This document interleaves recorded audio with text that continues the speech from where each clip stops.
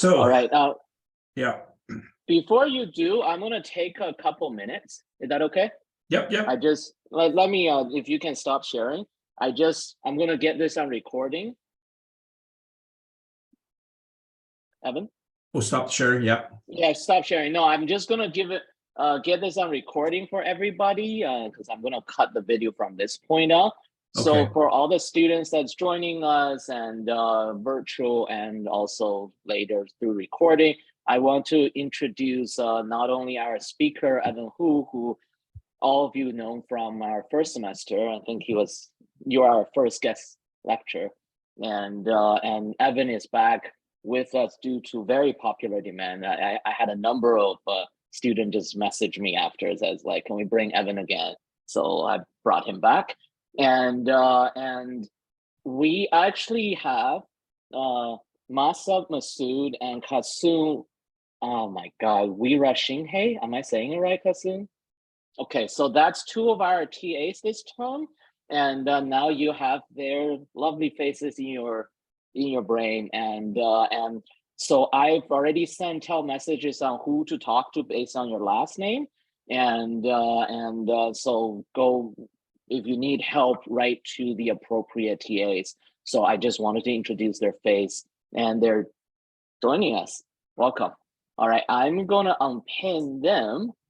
And then just so everybody know, we have two professors here that are in presence. We have Professor Mojgan and Professor Hossam here, who are two professor from the engineering, and they're here because Evan is talking about a topic that is so crucial for well, anybody at LaSalle. This is computer scientists and engineers and professors and students alike. Right, so I've invited them just to listen in because they were curious of what Evan had to say. So over to you, Evan. It's all yours. Yay, let me get back to sharing my screen. Okay, so today I'm going to talk to you guys about teamwork, and I think I have an hour, right, Kai? Yeah, so what I'll do is I'll try to get through this in about 30-40 minutes, but you know, I try to make it interactive. It's a little obviously difficult with Zoom, but if the TAs, if this, you know, the audience out there, if you guys have questions or want to pause me because I'm talking a lot or have a question, have the TAs read it, and then if they want to stop me and ask me to address it while I'm in flow, it's probably better. Or I can wait till the end. I'm fine either way. So, okay, so let's talk about teamwork. So sort of, okay, so I work with a company, I'm a founder of Alto Sante, and I also work with Kion Brave. And in my Alto Sante day job, I'm working in digital health nowadays with a bunch of digital health startups, mainly out west, but some in the GTA. But I think you guys know me, so I don't have to go through this stuff. Oh, by the way, the slides, Kai, I assume the students can have my slides, so I don't care what they do with them. Copyright is a Creative Commons, so they can do whatever they want with this. Okay, perfect. Yeah, so I won't go through this of who I am. So I think they know who I am, but let's talk about teamwork today. So why teamwork is important, why I'm here to talk to you about it. And I think one of the odd things that happens at university in general, and I can't speak for Lassonde program, but teamwork is underweighted in terms of the academic course load you guys have. So I think I want to stress with you how important it is to be conscious of the teamwork that you have and honing your teamwork skills. So look, we grow up in a society where there's a myth of the innovator hero, right? And I want to just tell you that it's completely a myth, and that most things that are out there that have been created, it's not been one individual, but it's been a team of people. Yes, there may be one individual leading, there may be one individual that has the inspiration, but for the most part, it's a team exercise. And the only area that I've seen that this may not be true is in true art, music, painting, graphic arts, sculpting, or often individual contributors. But in the world that you guys live in computer science, it's just a myth. And here's the thing, the myth is told by the winners. Okay. So Yeah, the stories of Steve Jobs or Elon Musk or whoever, pick one. There's actually a lot more going on behind there, but the media and also love a story of that heroic innovator hero that did it on their own with grit and and it's mainly BS, right? You lift the covers, you talk to other people, you discover that wait, there's a lot of people involved. Because you know what? Teams get shit done. I'm not bound by faculty rules about how to speak out loud, so I can say what I want. I mean, the bottom line, if you want to do anything of any substance, you're going to need a team to get it done. And work today in particular is multidisciplinary. And the one thing time after time, and in my experience and the studies have shown that diversity of skills and approach is critical to the success of the team in many ways. So, and you guys will come out of university here and probably be in the situation from the get-go if you're not already on it in work terms or summer jobs. Last thing I want to say is, look, human beings, we are literally biologically hardwired to thrive in teams, right? I know for you introverts out there may not feel that way initially, because introverts can thrive in teams, but we as individuals are hardwired, introverts or extroverts, to want to be in the service of something bigger than yourself. You know, it's a whole philosophy thing. By the way, I think last time I recommended taking philosophy courses if you get a shot in their time schedule, but we are somehow, and I believe it's the anthropology of the you know, I have friends in anthropology who talked about this. I mean, we're only like 50, 80,000 years from climbing out of trees, basically. And we still hold that, you know, I had that little saying that the lone ape is the dead ape, right? I mean, we do better together and we are hardwired to do that. So it's just something we actually want to do and feel good about doing. So I thought I'd talk about my flex for a second, because they go, hey, who the hell is this guy and why is he talking about teams and what gives him the right to talk about teams? So in my limited experience on this planet so far compared to other people, though, the one weird thing about me is I've been a member or built or led hundreds of teams in my lifetime. Literally, I had to think about this. I've lost count. And that's not just in work, but in sports. I've coached hockey for more than 25 years, you know, minor hockey. I played on sports teams. I've been on engineering teams. I've built companies and led teams. I've been in temporary teams on weekends to do workshops and to solve a not-for-profit problem.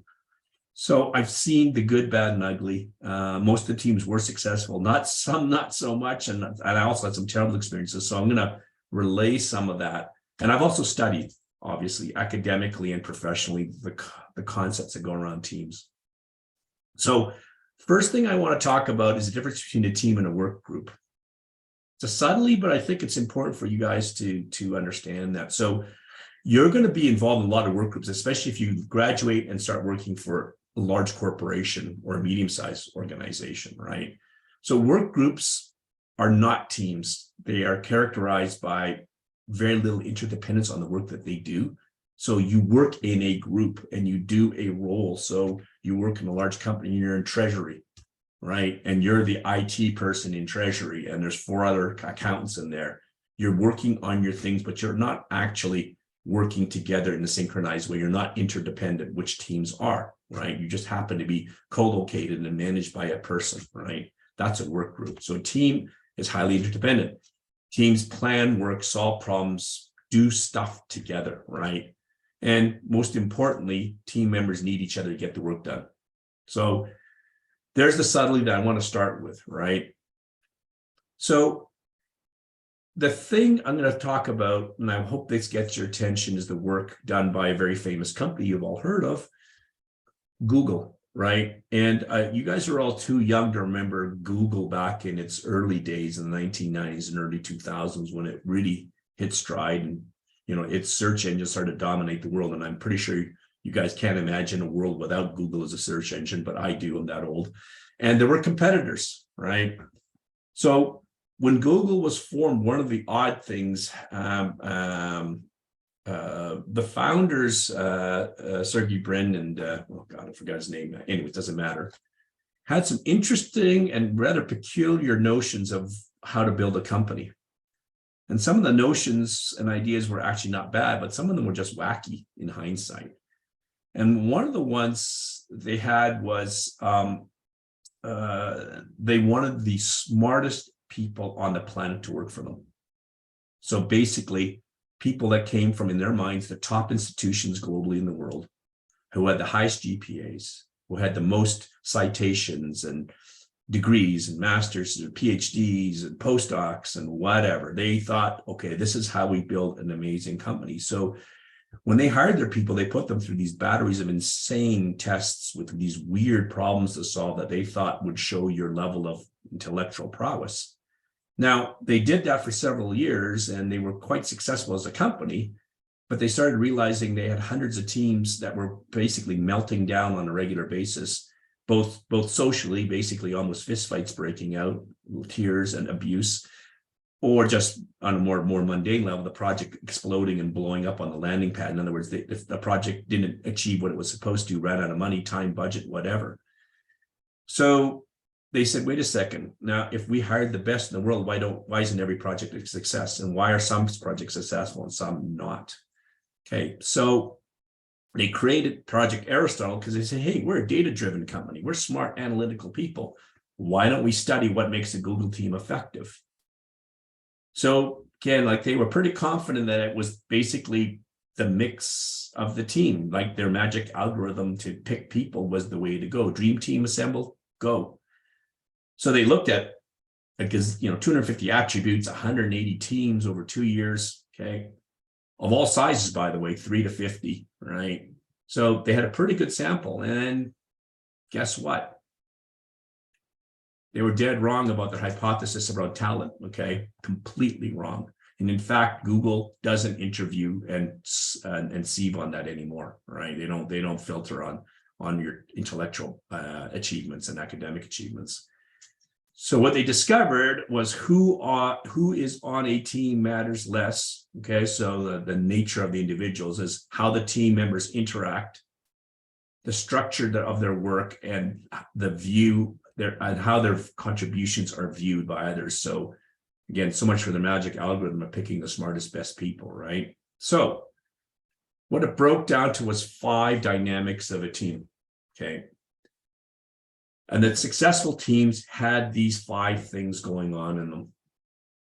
It didn't matter if you picked a bunch of people with 2.0 GPAs. And here's the crazy part. Your team with 2.5 GPAs, well, in Google, you wouldn't have gotten there. They wouldn't have a lot, right? So you probably would have had at least 3.0 GPA, but certainly there were teams of like 8 people with 4.0 GPAs versus a team with 3.0 GPAs and maybe a 4.0 GPA. I actually worked with Google for a bit. I remember the terrible environment they were, because they would actually mock the gun people with lower GPAs, which I said, what is it? Are you in high school? What is this, right? This is ridiculous, right?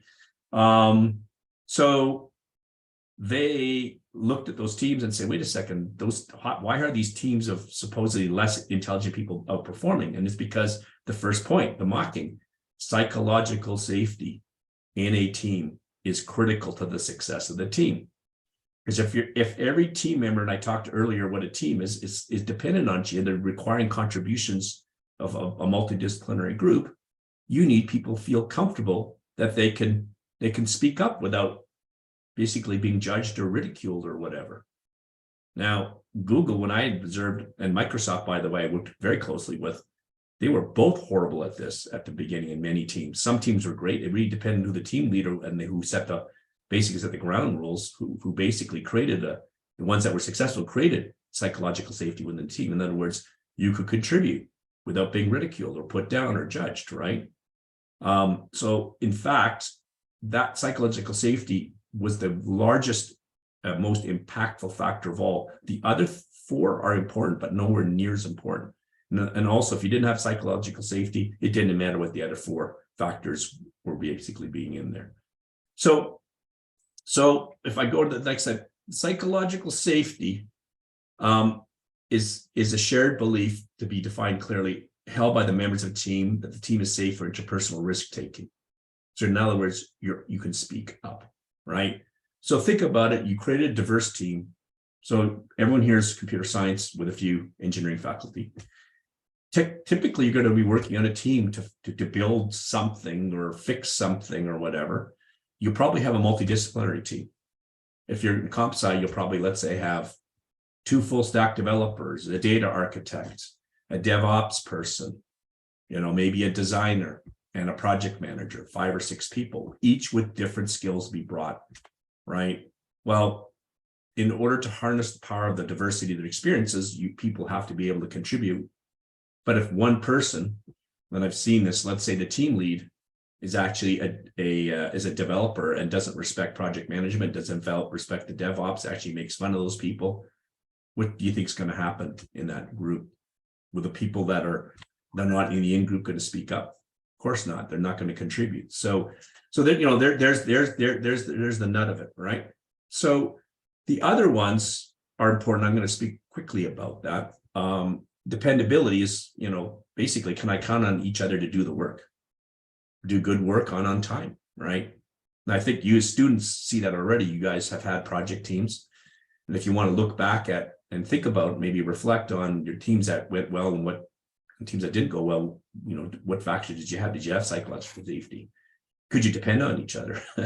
And I know I've seen this where, wait a second, didn't we agree that we're going to get this done by Sunday and we're going to meet online on Sunday? And then when you go on Sunday online, the 2 of the team of your 5 teammates have not shown up, didn't show, you don't know where they are. Did they even do the work? Who knows, right? Well, pretty sure that team's not going to work out. Structure and clarity. So this is a table stake to me. This is really basic, project management, team leadership, product management. Are the goals, roles, and plans clear to everyone, right? And understood and bought in. The last 2 are a little bit more subtle. The meaning of the work. In other words, are we working on something that I think is for every member personally important? So in other words, is every team member present and they actually care about what they're doing? That's a less perfect world because sometimes we join teams and you kind of have to get a job done. That's just part of your paycheck. It's the deal. But luckily, most of the time, if you're in a good place, you get work that's, personally important to you. It helps you further your career. It's work that you enjoy doing and sharing. There's all kinds of personal reasons. And the last, which is also very closely related, is the impact of the work. Do we actually think that the work we're doing matters? So it's a much softer topic because, many of us, there's economics that get in the way. You need the job, you need the paycheck. I get that, right? But sometimes you can get it all. And hopefully you can join an organization in the future where your work actually matters in a way that's important to you and to others. But going backwards, I'm just going to quickly go back the 5 key dynamics and that Google determined, and they've been doing follow-up work for years. This has been basically revalidated. And again, the skill level of the individuals and the intellectual prowess has nothing to do with it. And then what you noticed here, by the way, this is all the soft, squishy stuff, right? So I'm going to put a perspective, what we would consider hard skills. So basically ability to code in Python or Ruby on Rails, or I can spool up a bunch of AWS servers or whatever, are, in my opinion, professionally, and most of my peers, what we call table stakes. So it's a gambling term, but basically it's what you got to show up with just to get in the door. Everyone, and if you're all comp sci, everyone should have the ability to write good code and do good analysis and design databases and whatnot. That's just a given. And it's what our education system focuses on, right or wrong, right? So whether you go to, even in high school programming, that's what you focus on. No one talks about psychological safety. I bet you no one to this date has talked about psychological safety in one of your lectures, okay? I can almost guarantee maybe one, okay? So our system focuses on that. The companies out there that are going to hire you, or the organizations, also unfortunately focus on it to their detriment, because this thinking hasn't gone past the walls of too many companies from Google, right? So it's a hard thing because our system is based on basically this idea of human beings as individual cogs to fit into the team machine or the company machine. So we focus on what's easy to measure and what's easy to train it, which is the stuff that you guys are going through for the most part. So they're easier to train for, by the way, and of course, therefore becomes common over time. I had a term called an economic term, which is called fungible, which I know Kai made me remove because you guys probably don't know what that means. Hard skills are fungible. Look it up. And essentially, they're interchangeable, right, economically. So of course, it's hard for you to differentiate yourself, right? Everyone should have them that's in this industry. And by the way, all economically across the Western industrialized world, schools are gearing up to do more hard skills training everywhere. Programs, STEM type programs are springing up everywhere. These sort of accelerated programming programs are everywhere. Last but not least, hard skills have a shelf life. They literally are like fruits and vegetables sitting on the shelf. They'll go bad over time. They come and go, right? So I think last time I talked, I think I talked to you about, I don't know how many sets of technologies I've seen come and go over the years. It's ridiculous, right? So the stuff you learned today here at York or wherever, some of it's already obsolete is my guess. Some of it may be current, but I can almost guarantee within 5 years, most of the stuff's going to be replaced by something else.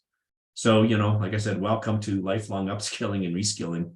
It's part of the treadmill you guys are all going to be on. And if you haven't embraced it, embrace it. That's why you're here, right? Now, the other half is, of course, there's a Aesop's fable, lesson here.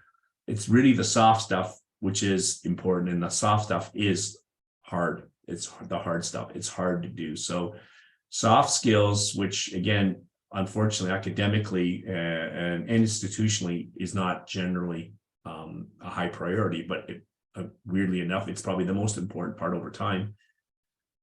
They have to be honed through experience. Typically, you can learn some of it in class and from mentors and courses, but the majority of it is this iterative, try these skills out, learn from experience, try again, do better. So you got to start now. Back to the sooner you start, every opportunity you get to try to apply soft skills or learn or observe soft skills, I highly recommend it. What does that mean in a practical sense? Well, when you're on a team, observe these things, read more about team dynamics. There's lots of articles about conflict management and emotional intelligence and that kind of stuff, which we can get into a little bit later. I want to say something, humans are humans. So here's the really weird part that you may find hard to believe or very believable, but like you guys are a couple of years out of high school hallway drama or online drama is the same as student team drama you have in university, which is the same as the executive drama that I see. The stupid pettiness and hurt and judgment and put downs and poor management is the same.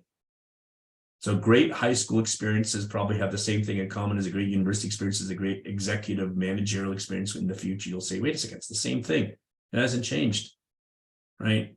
So something to think about. Humans are humans. And so the sooner you get these skills, if you haven't worked on them, and you guys are all very young, the better off you're going to be long-term.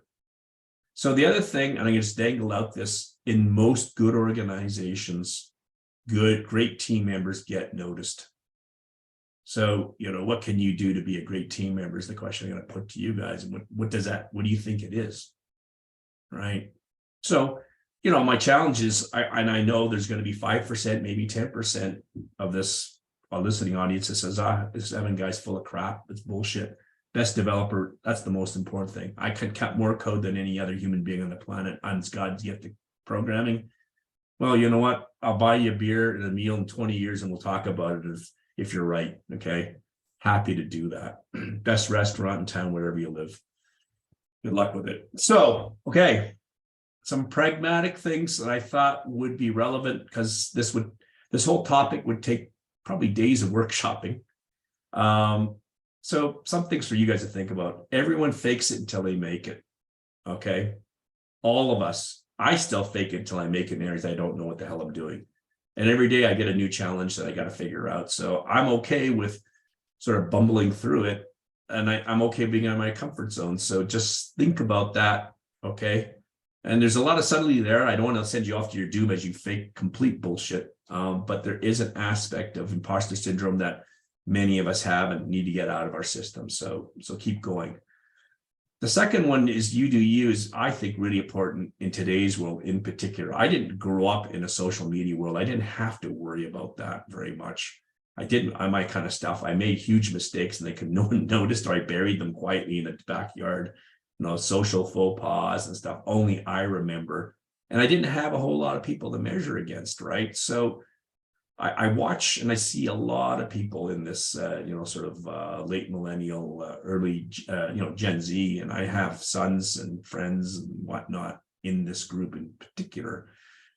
And because you have so much exposure to what other humans are doing out there, you have a tendency to measure yourself against others and then judge. And our system does that. In other words, wait a second, I'm 21. I should have accomplished this by now. I'm 24. I should accomplish this by now. How come I don't have this net worth? Or, how come I don't have the right house or the right spouse or whatever it is, right? Look, just forget that stuff if you can. Put it out of the way. It really doesn't matter. I know it sounds kind of contrite. You'll probably figure this out over time, but don't measure yourself against others and don't judge others. And by the way, don't hang around people who judge others. I would say fire them right out of your life. And forgive yourself when you screw up. You're probably, if you're in this program, you're already a high performing individual. And one of the ways to get there is work your ass off and don't make mistakes. Well, you know what? You can't sustain that. So you're going to make mistakes. You're going to screw up and just say, okay, lesson learned, move on, right? I got to say the third one. I see it way too much now online in particular. Don't be the asshole. So ask yourself, am I the asshole? Because you're not that good. None of us are. So be humble. Think about where you are. And you know what? If you feel like being an asshole, just don't do it. And in today's world, by the way, with social media and stuff, shit travels a long distance. And in most places, it matters. Oddly, it doesn't seem to matter in politics anymore, but trust me, in the workplace, it does matter. And this kind of stuff does catch up to you. And I don't know if I shared this with you. My first company, I came up with the HR policy. My first line in our HR recruiting was, we don't hire assholes. So we had a no assholes hiring policy. This was in 1996. I wrote that. I remember getting a lot of like, what? You can't say that, can you? Like everyone's going, you can't. I said, yeah, watch me. I'm going to do that. And said, anyways, we defined what an asshole was. That was another interesting workshop, but we'll move on from that. Because I recognized back then, I needed people that could get along. So the other thing was get good at one thing and grow from there. So right now you need to be key shaped over time. So there's the hard skills, which you guys all kind of do already or getting there, but there's the soft skills. That includes business knowledge and design and emotional intelligence and communication, blah, blah, blah. You need to work on it all. The thing is, you don't have to be good at all of them immediately. You just need to start working on each little piece all the time. It's easier than it actually looks. So it'll become natural. Something that I also want to say is it's not about the tech, it's about the solution, right? And I think, especially in computer science and in engineering, we get caught up in the beauty of the technology and the work that we do. We forget there's actually a reason why we're doing this. You don't code for the sake of coding. You code because somebody needs some solution to solve a problem somewhere. Stand on the shoulder of giants. Well, I see this problem in computer scientists in particular. Because computer science, you end up in the industry, you write a lot of code. You always think that your code is better than everyone else's code. And you spend time reinventing the wheel, writing something better. And I've seen this over and over and over again. Well, in today's world, code is available everywhere. I don't know if you guys heard the old adage, good artists steal, great artists steal with both hands. In other words, you know what? I'm not telling you to steal intellectual property, but yeah, other people have done the work. Use the work they've already done. Don't think that you're smart and a lot up here and reinvent. There's other more important things you can be working on with your time. This goes back to then when deliver, it goes back to one of the keys of the team, dependability. You got to do what you promise to do. So under promise, over deliver, simple stuff. Talk, be honest, communicate, ask for help. That's another thing. I'm always amazed by how many young grads come out. Some guy like me, so your supervisor comes along and dumps something on you, and I give you a bunch of stuff, and I go, yeah. And if you don't know what to do, come and see me. And I'm assuming that you know what to do, and you actually go, holy shit, I have no idea what he was talking about. I can't look stupid. Well, you know what? If you don't come and see me, you're going to look really stupid when you don't deliver. So in a psychologically safe place, and hopefully I'm the role model for some of the managers you have, I'm fine with you come by and said, hey, Evan, when you laid this new project on me and you told me to this, this, and this, I have no idea what you're talking about. Can you just start again from the top? Because I'm really confused, right? Because half the time, maybe I did a half-assed job or a terrible job of explaining, and I think I did a good job, right? And I just, message received wasn't there, right? So ask for help. And you know what? However, if you're in a workplace where if you ask for help and you're basically denigrated and judged for being too stupid, you know what? Get out of that workplace. I know it's easier said than done, but make a plan. You're all skilled here. You're going to be in demand. Don't put up with it. Failure is fertilizer is related to, taking chances, right? You can't do anything without the possibility of failing, and you can learn from failure. I know it's a meme in the software world, especially in startups, fail fast, fail forward. It's true. It still hurts to fail, but it's actually just part of the process. And related to that, so many people I've observed over the last few years in particular are obsessed with perfection, right? Because you have to have a 4.0 GPA or whatever it is to get in this program, and I have to be the valedictorian and all this nonsense. You know what? In a small, curated little world that you came from, yeah, it's easier to be perfect. In the real world, when you're going to graduate into business, there's not enough data to make things easily perfect, right? We have this world where we have too many variables and not enough formulas, so you can't get a perfect solution, right? Everything's an approximation. So do what it takes to get the job done. Do the work that's good, not perfect, and honor your commitments. All you can do. And one last thing for those that are super impatient, and most youth is always impatient. Sometimes you go slow to go fast. In other words, sometimes things take time. And I've watched people, and I know it's a cultural thing where we're especially young, early career people are jumping from job to job because they're not getting what they want immediately. Right? You need to be very careful and think about why you're going to quit this job and go to the next, or quit this project or whatever. You're not going to get a perfect fit. And sometimes you need to learn some things. That's going to be slow to get better. There's an investment. Now, sometimes you'll be exploited by the employer who isn't going to promote you when you deserved the promotion or deserve a pay increase or deserve better, more interesting work. But you need to be very conscious of that fact. In fact, today, I just had a coffee with a friend of mine who's a CIO at a large Fortune 500 company. So he was in town in Calgary visiting from Toronto. So I caught up with him, and he was blown away because they had to let a new grad go. Okay, so to tell you the quick story, this person, young person they hired, he actually was really experienced because he had a long co-op work history. So instead of hiring him in at what they call a level 1, they put him in a level 2. So he skipped the level 1 soft skills training, which was, I think, an organizational mistake. And he got higher pay, right? So he was a pay grade higher, and he was working on they're a software product company, and he was working at a client site implementing their software. And he actually he felt he didn't want to do the work, and he didn't think he was qualified to do the work. So he told the client he was pulling himself off the project, and he was going to go to complain to his supervisor that he felt that he shouldn't have been put on this thing. I went, wow, okay, all right. That's one thing, to be very honest and clear on your communication. At the same time, this individual had no understanding or any common sense of how a business relationship worked between his company and the customer. And I remember the customer literally called the CIO, because the customer actually knew the CIO because they had gone back and worked at another company 20 years before, and said, literally, who the fuck is this kid? Right. I'm going to let you guys think about that one. And that the kid was really impatient, thought he was more important than he was, and did this kind of stuff without any consideration. He was on a team, by the way, didn't consult with anyone on the team, didn't talk to anybody. Well, you can guess what happened to this kid. So anyways, patience, skills, learning, all of that is part of the process. So I may sound like a grumpy old man right now when I say that, but hey, I get the right to do that because I am old and I am grumpy.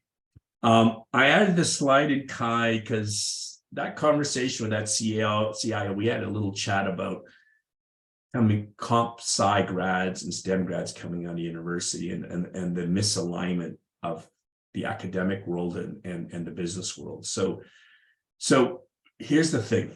It's a high level statement. I'll let the students and the faculty think about this. So computer science as a faculty and the subject matter is really the science of computers.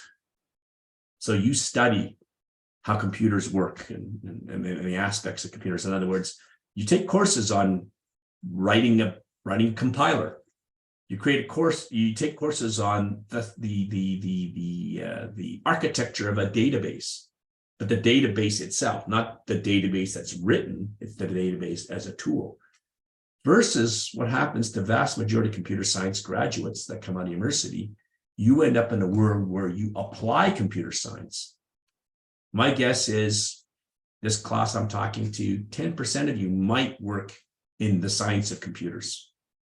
So you get a job with Microsoft and you'll be working on Microsoft's newest operating system release somewhere in some component in there, or working on or going to Amazon, working on AWS somewhere, and in the DevOps area, writing a new algorithm that does server balancing. That's a tiny portion of where most computer science graduates go. Most of them will leave. You guys will leave and work for a company that's building software to, let's say, diagnose radio X-rays to look for certain kinds of cancer. It's an application of the science, not the creation of the science. And there's a subtle difference there, and the skills required are very different, unfortunately, and most computer science programs don't prepare you very well for the application of computer science, and it has a lot to do with the soft skills more than anything. So, Kai, did you want to speak to this? So this is kind of the end of my formal blast here. So, maybe we save that for in a few minutes. I got a couple questions. If you stop sharing slide, then yeah, I can ask you.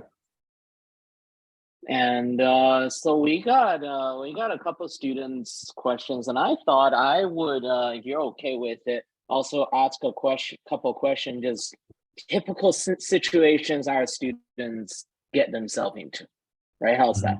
Sure. So a couple of students' questions. The first is, have you had imposter syndrome? And if so, how did you overcome it? Sure. One of Kai's heard me rant about this one. So, and I'll make it less about me and more on imposter syndrome. So when I was a young man growing up in Canada, I'm clearly Chinese. Okay. So, and no offense to my white compatriots out there in the world, it was a very white, Caucasian, Anglo-Saxon, Protestant world. And I was very upset about the fact that I could never lead. No one would ever pick me as a captain on a sports team, or I couldn't lead a debate team or whatever, even though I thought I was qualified. Right. So that kind of made me angry. I carried a lot of anger. But however, when I got the chance, I realized I don't have the skills. And I had this massive, now I got to put my money where my mouth is, big idiot that I am. I'm going, oh crap, I've been agitating for this. And now I'm a shitty leader too. I'm a shitty captain. And I felt that, man, I don't know what to do. I literally don't know what to do. Well, I had to fake it. And I just managed to pick up a few things. And then I actually I went to an old, like in this particular case was a sports team. I actually called up an old coach, which I really respected. And he actually gave me the time. I was shocked. I asked my father, actually. And he says, well, call your old coach so-and-so. He was a good man. And I said, really? He's going to listen? I didn't think I could. And I just said, well, the worst he can do is tell you to F off, basically, which he didn't. He actually bought me a coffee. I didn't know that was possible. There were good people out there. And he gave me some good advice, and it stepped into it. Later in my career, by the way, I think I might have shared, I had this really weird situation where the company, I was an engineer. I was working on my master's still. It's a long story, but I was working for an engineering procurement company that built something called portable gas plants. So these big fabricated, complex, basically mini refineries. Anyways, the company went bankrupt. Receivers came in, receivers fired up the upper management, figured out that us junior engineers were doing most of the work anyways, and they promoted me into being a plant manager. So I literally had to stare at 200 unionized boilermakers every day and tell them what they should be doing. Now, I had been doing that, but I was hiding behind the plant manager's skirt, basically, and all of a sudden I had to do it. I had to fake it, right? I basically crap my pants every day looking at these tough guys. And like, think about that young Asian guy, 200 burly white dudes, rednecky kind of guys. They were actually okay guys, of course. They're just normal people. And I didn't step over my bounds, by the way, right? I kind of knew, and I worked with the foreman who was the guy that really knew what was going on. So, and the foreman said, "Hey, Evans, we're all in a tough situation." And I wasn't the asshole in the room. I didn't throw my weight around because theoretically I had the weight, which would have been laughable, right? Because they would have just laughed me out of there. So I had to have some common sense, but each thing led to another. So everyone's got it. Trust me.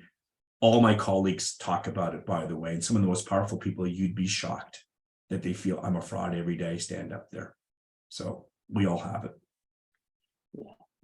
Yeah, and you and I talk about the it's imposter syndrome is on the other side of the Dunning-Kruger effect, where Right. it's people who actually doesn't know what they're doing feel very, very confident, right? And that's actual psychological effect. And the curve looks like this. It dips, right? So the more you know, the more you realize you actually don't know. And I can share that it's not just industry folks or professors feel this way.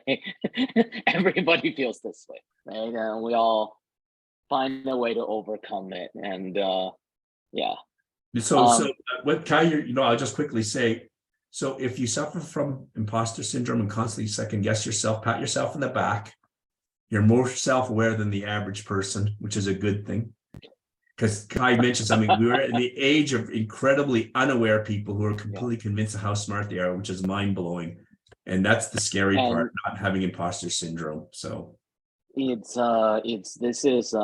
is something that I would want to share just as a professor who's worked with, at this point, hundreds of student teams, right? I've taught hundreds of student teams, which is very different experience than either leading or participating. It's more like I don't know what's going on until the team fails.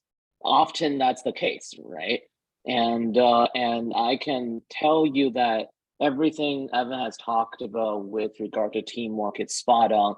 Psychological safety is the number one thing. And if I'm gonna give up my professor pretension, just say don't be an asshole is a crucial piece of psychological safety in student teams. And I have had so many experiences of and I actually gonna ask Evan a question. What would students do, right? And I'm not gonna ask students because very realistic situation that happened 3 times in a row in a class. Each time I'm teaching this class, something similar happens, right? So one student is very much, just arrogant and who thinks they know what they're doing, who thinks they put in the most work compared to everybody else, who is just not very nice to other people. So this team has very low psychological safety. No one wants to speak up. No one wants to do the work. That's the thing, right? When you have a team with low psychological safety, you literally would rather not do the work. So, and this student, the arrogant one, gets angry. Why aren't you doing the work? I'm putting all the effort. And in one case, they reach out to me and split off and wanted to do their own work.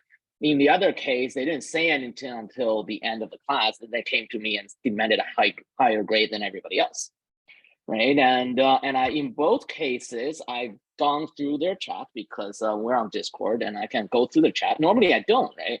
I have limited capacity. I can't be following 30, 40 teams. But I did go, I do a diagnosis, I do a postmortem essentially. And the other students, what I found is they didn't know what to do, right? When someone is just pushing them around, and who has no, and by the way, the one case where the student asked to be separated, I tried to talk them out of it, they wouldn't, so I split it. The team got an A, he got a D. I kid you not. And that was graded, not graded on a curve. That was just graded. They had no idea what they were doing. And for some reason, as you say, Evan, it's, I think your high school metaphor, it's the same drama again and again. I'm sure you see similar situation in the industry. So what would you recommend the students who are in the, well, You're who kind dealing of with got a stuck with difficult this team guy? member. Okay, What do you do? yeah, and it doesn't change. Like, by the way, it literally happens at the executive level, right? So, yeah, you know what? There are unfortunately students, and most people aren't actually with the tools. There are actually literally sort of emotional intelligence tools, and I highly recommend you guys go watch some videos or read some books on conflict management, right? And human psychology. Take a course in human psychology. And the bottom line is people that are usually like the individuals which are difficult themselves are traumatized and are hiding their own weaknesses. Essentially, they may not be conscious of it, but that's what they've been conditioned to. So they grow up in a family of basically bullies. They also have low, what we talked about, they have low self-awareness. They don't actually realize that they're not the best. They're not doing as much work or more work. How do you know without quantified measurements who's doing more work? It's my opinion against yours at this point in time. Probably I'm doing all the work. You guys aren't your fuck wads and aren't doing shit, and the work that you're doing is absolute crap. I can just imagine the conversation. I've been there, literally had conversations in boardrooms like this, finger pointing and all this. Okay, you got someone doing that, the rest of you are kind of looking at each other going, what the fuck is going on? Like, what do we do? Let's, and you know what? Maybe there's some imposter guilt. Yeah, maybe I wasn't pulling my weight. No, and of course, you're not lifting the covers on their work either. You don't really know if he or she's done the work. It's better than yours. You really don't know, right? Because you're learning. So you've been intimidated. Well, that's the first warning bells. If there's like, you know what? Here's the other thing. If you're the only one in the room that feels this way and everyone else feels the other way, either you're the genius or you're the idiot, right? There's only two ways of looking at it, really, when everyone else is lying. So if you're that confident, you're that, sometimes you are the right one, right?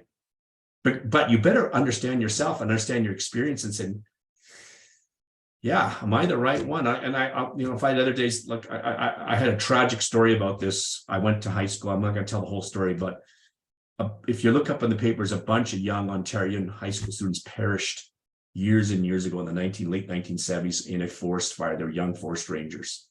And that was one of the circumstances where the one person survived was the leader because he knew what to do. The other students that were with him didn't believe him. They didn't do what he did. So they died, right? Because they went against your instinct.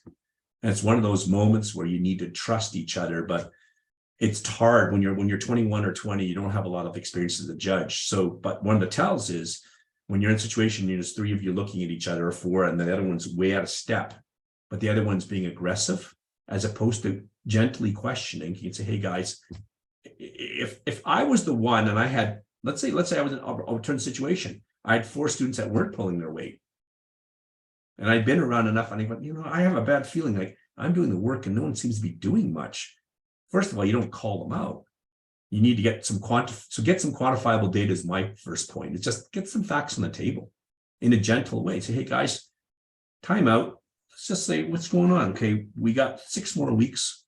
We're supposed to get A, B, and C done in 6 weeks. How much have we done? What kind of progress have we made?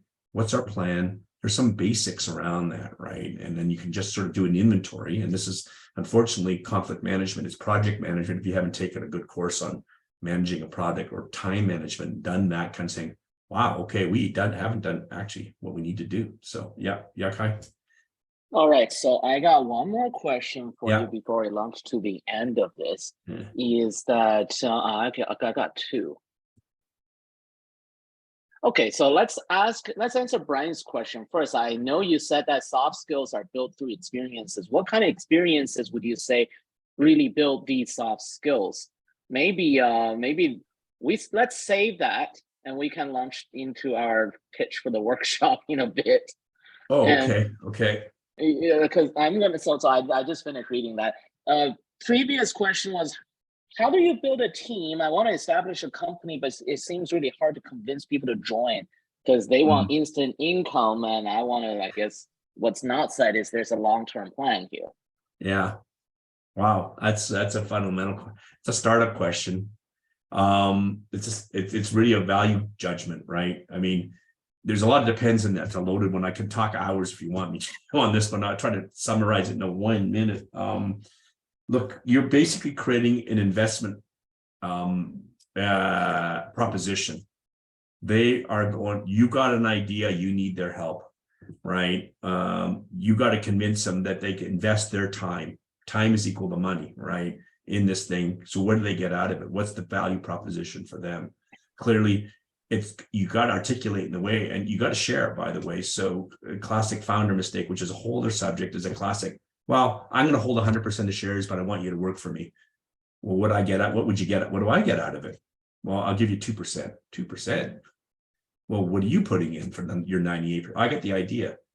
Well, I try to coach people. Your ideas are cheap. My guess is you had an idea. There's 100 other people working on it, probably 70 of them in China right now working on it. I mean, seriously, I'm not kidding, right? I'm half kidding, and then the other 20 are in India working on it. And there's 7 Europeans and 2 Americans working on this idea. It's highly unlikely that your idea is worth that much. So you got to share the upside. Now there's a whole complication of who is contributing what level of value and how much is it worth. That's a much bigger. So there's an interesting thing called slicing pie. A guy wrote this methodology. Look up methodology of share ownership, Google slicing pie. There's an interesting conversation around some of the arithmetic and the fairness of that method. So I'll leave you with that. But it is, at the end of the day, a value proposition, investment proposition that you got to balance out. And you know what? If you're not generous with the rewards, they're not going to go, because at the end of the day, I got to choose between spending my time there or spending my time here. So that's a long short of it. All right, last question. So we're going back to Brian's question. Yeah. So what kind of experiences would you say really build these soft skills? You know what? Honestly, first of all, a little bit of coursework is useful, right? Taking some seminars in, like I said, conflict management and conflict psychology is a good one, right? There are seminars and online, just any videos, just watching and reading. So going to TED Talks and stuff. The stuff's all out there. Try to sift through some of the stuff that's, I'm going to just say absolute crap. I'm going to tell you, I better say this before I forget. A lot of the right-wing shit is bullshit. So those of you that are heavily invested in the manosphere, get out of the manosphere, okay? Whatever you're doing, don't listen to that crap. You could, believe if you want, that's up to you, but this is my advice. However, there is other good stuff out there, really good stuff about teamwork. And it doesn't matter. It doesn't matter. Sports, there are lessons learned everywhere. For example, I learned over time when I'm looking for sales trainees, for sales positions, one of the best places I look for is service workers, people that work in the restaurant industry, people that were waiters, or even better, managers of restaurants, make amazing salespeople. The culture in restaurants, if you worked in restaurants, which I did, is extremely toxic. I'm going to just say that. So you could take the good, but the good coming out of it is you learn about how human beings tick. So anything that exposes you to that, right? And you know what? If you work at a restaurant, you watch, there's a lot of bad people, a lot of good people. You watch how good people work with difficult customers. You get someone who's demanding something's wrong with their food and they're screaming at you. How do you handle them? Especially at the higher end restaurants, by the way, they try to do that. So it's everywhere. Unfortunately, take every experience, volunteer, right? Volunteer to lead something, volunteer to work on let's say on a campaign for a politician or something. Anything gives you opportunity to expose yourself. One lesson I can just tell you right now, if you screw up, people generally don't remember.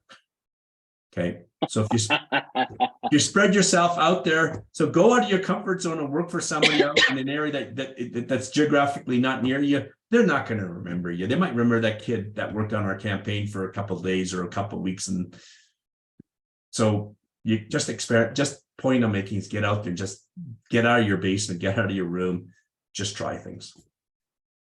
Sorry, I could more detail, but we don't have time. So I do have to ask this question since you talked about the manosphere, and I have not brought this in class, and I'm aware enough. And then another student talked about ChatGPT, and Evan and I talk a lot about the shift in our society, right? And I think it's a real question for you is, how do we discern the good stuff from the bad stuff? I'll give an example, right? And I posted it in chat is someone made a joke is we're talking about stealing art, we're not suggesting go pirate other people's IP, right? We're like, look for other people's ideas. But someone made a joke and say, it's really about crime, right? And that's the key ingredient. And I made a comment that really in a class last semester, someone just used Andrew Tate as an example of personal success. Oh my God. And this happens in the university setting. Yeah, I know. It happens everywhere, by the way. I deal with the developers. So here's the question is, how do you distinguish good soft skill development stuff versus the bad stuff if our students are to go look for it? Wow. Okay. Well, so there's a couple easy ones. Generally speaking, people that tell you their stuff is the way and everything else is crap is probably crap. Because anyone that's any good is going to say, I've done this peer-reviewed research and we're still studying it. We don't have all the answers, but here are the answers we have. That's a tell that the person probably has something reasonable. The one that tells you this is the way, everything else is garbage. You follow the way, you will have wealth and success and all that. First of all, that certainty is bullshit too, right? Because whatever you're learning is going to be a tiny proportion what you need to learn. So the person with the easy answer, oh, by the way, if they want lots of your money, that's usually another tell, lots of your money. There's going to be a value proposition. Good stuff isn't usually that expensive, by the way, right? There is no secret, right? There is no $100,000 or $10,000 seminar that's going to get you onto the secret. There are no secrets out there, not of this nature, not how to live or get better. There are secrets which are deals and whatnot, and that's true. There aren't secrets of how to live. They're all out there. And by the way, the problems that we have today, you look at the history, it's hilarious. I studied a lot of ancient history when I was in the university. I took a lot of Roman classics, and I found it always hilarious reading letters from Roman legionnaires back to their parents, and they're complaining about the same stuff and their leadership problems of the Roman centurions, whatnot. It's the same stuff. So how do you distinguish? Look out for the charlatans. That's one thing to filter out. Just read a lot and triangulate, right? So I read Reddit all the time. I'm in Reddit, I'm in Quora. I got lots of, I surround myself with, hopefully smartish, open-minded individuals. Some of my friends are a little wacky. I don't always agree with them, but get a good group of people around you. They can just, if you heard the term salon, S-A-L-O-N, it's a French term of just gathering around and shooting the shit over food and talking about ideas. Share them and be open-minded to them, you're not there to convince others. You're just there to share and debate. And said, yeah, what do you think of this Andrew Tate guy and his road to success, right? And I'd pipe up and say, hey, you notice what he does? Like he's basically just a modern day grifter con man, right? He preys on your need for something, and he does it. And I can break it down. And there's a million. He's just another one of. There's been thousands of these over time. There was an Andrew Tate in the Roman Empire. There's an Andrew Tate in the Tang dynasty of China, I'm sure, in the courts doing the same bullshit, right? It's the same bullshit over and over. And as you get older, some of us will see the patterns, others never see the pattern, just fall for the same pattern over and over. It's also about shortcuts, by the way. Any soft skill thing will never be a shortcut because nothing is easy. They'll always talk about the need to learn, reflect, try, and hone, and it's a lifelong journey, right? So someone tells you it's going to be easy, just going to do this, this, and this. You got to take it with a grain of salt, right? And everything I say, I always tell you, I got a big warranty over what I say. Just take it as my opinion, test it out for yourself, see if what I say is like, maybe that Evan guy's full of shit. I don't believe that point. Well, go and try it. Go talk about it. Well, this guy at this online thing at York told me this, this, and this. You might get 3 different opinions on me, right? I'm good with that, right? And whoever you're learning from should be. So by the way, typically there are good, like the top sellers, you'll see reviews, read multiple reviews, triangulate. And usually if there's 7 good reviews and 1 bad, it's probably a good piece of work. Check the reviewers, see who they are. Look at what if they have an axe to grind. Seriously, when I see people and you look at social, I do check their social media. And honestly, if they are right-wing Trump, proto-fascist type of guys with conspiracy theory, and I'm just going to say it, I'm not a faculty, or I can express my personal opinion. I question their ability to have logical thought. Honestly, that's just the bottom line I'm going to say. And there are writers there which I really question now, right? So I'll do something controversial a little bit. So I knew Jordan Peterson As personally. if you haven't the whole time. Yeah, well, whatever. I'm I going to can't push ever it. stop you. I actually knew Jordan Peterson personally, okay, from work 10 years ago. I worked with him on a project, and he was not the same guy that you see now. And I'm actually shocked at where he's gone, to be honest, right? And I don't agree with his views. And it wasn't the person I knew 10 years ago when he was a professor at University of Toronto, right? But I cross-correlated going, what are you doing? You know, because he started in a corner, but it just got weirder and weirder for me, anyways, the way he was approaching life. But he's a public figure now, right? So you can judge for yourself if you want to read and believe in the stuff he's doing, right? So anyways, that's a bit of it's a whole other conversation. Yeah. We're gonna close off given the time and some of our students have to go. You have a little bit last bit to share that we should share with students? Yeah. Oh, did you want to pull that up, Kai? You can pull it up. You just share your screen. Yeah, okay. I can do it too, either way. Yeah, I got it. There it is. Why don't you talk about this? Speaking of self-promotion. Speaking of self-promotion, so Evan and I if you go to the previous slide, please. Yeah. So Evan and I actually have a company together, and I've said we work very closely together. We've been really talking weekly for about 3 to 4 years now about how to help students develop soft skills, right? And so we have this company. We help students think bigger, learn better, care more, and I think importantly, do what really matters to you and to everybody else, right? So what we're thinking about putting together, next slide, is that we want to do a summer workshop. We started with a teamwork primer, but I think it's really going to be a soft skills for success for computer science and engineering students. We'll put something together. You'll be very much in the same style, a bit more experiential. We'll have some exercises, learning skills, driving skills, teamwork skills, and leadership skills. So I made a link. I'll send this around, and if folks are interested, it's just interesting, like if you're interested or not, right? And so we'll kind of get a sense if there's enough interest for us to invest the time in doing that. And I'll send out the link to everybody. All right, that's our pitch. That's our self-promotion. Yeah, shameless. It's the one time I do this. And by the way, Kai, we're going to become fabulously wealthy with our own followers, aren't we? Famous last words. I knew Evan when he was still saying. Okay, so you are welcome to leave now, and Evan's going to stay here to chat usually we chat for 10 minutes before we're offline, and if our professors, Mojgan and Hussam, you want to join us in the chat, I'm very happy. Just turn on your video and I'll just add you to the Zoom here. Okay, so Mojgan has volunteered. Yeah, and Kai, I do have about 10 minutes. I told a colleague I would join. Speaking of problem solving, I promised her that I would join their team conversation. It's a business technical issue. I got 10 minutes. You're gonna go rescue a team in. No, it's not rescue. It's just more of a collegial conversation around. They have a deadlock and they want my opinion. Yeah. So it's classic though. It's not.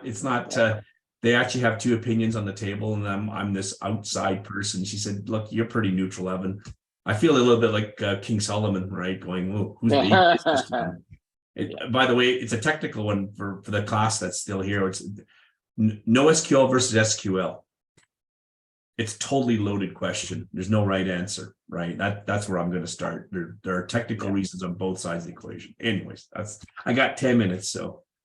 So just wanted to take some time to introduce Hossam here, who is one of our faculty in mechanical engineering. Then we got Mojgan here, who's a faculty in you're still SC, so Earth and Space Science Engineering, and I've been working with Mojgan for 4 or 5 years. We work with teams all the time, and we work in a team. And Hossam is has been interested in teamwork for 4 or 5 years. So I'm going to open the floor for Hossam and Mojgan if you want to speak anything on the teamwork topic. It's still on recording, just so you know. So we got 7 minutes. If you have any wisdom to share. Okay. Hi, Evan. Nice to meet you. Yeah, so I'm mechanical engineering, and beside that, I also involved in the capstone design project, senior project course in engineering, which is a multidisciplinary project. So usually students from mechanical and electrical and computer engineering and software and space, they all work in multiple projects for a few years now. So teamwork is big, it's huge when it comes to success of projects. And also, I was for a few years the undergraduate program director in mechanical, and it was very obvious to us that students work in multiple teams during their degree from first year to fourth year. They always work in teams, and we have a design project in second year and a design project in third year and labs, but there is no systematic way of developing the skills or supporting the students, and there is no support system to make even the students reflect on their teamwork experience from 1 year to another and figure out, okay, how we learned, how we can get better, what worked this time, what didn't work, and develop it 1 year to another. So that's where the conversation started with Skype. And we have a lot of opportunities or chances for students to work in teams, but still we don't have intentionality of how to support the students. So that's where we started the conversation with Sky, and I'm looking at different how we can, from first year, they start working from first year in Engine 11 or 2, they start from first time working in design project, and in mechanical we have every year. So that's where the conversation coming, and it's not like we have to give them a course every year, but we have to support them, give them the opportunity or guide them through the reflection on their teamwork. That's how I see it.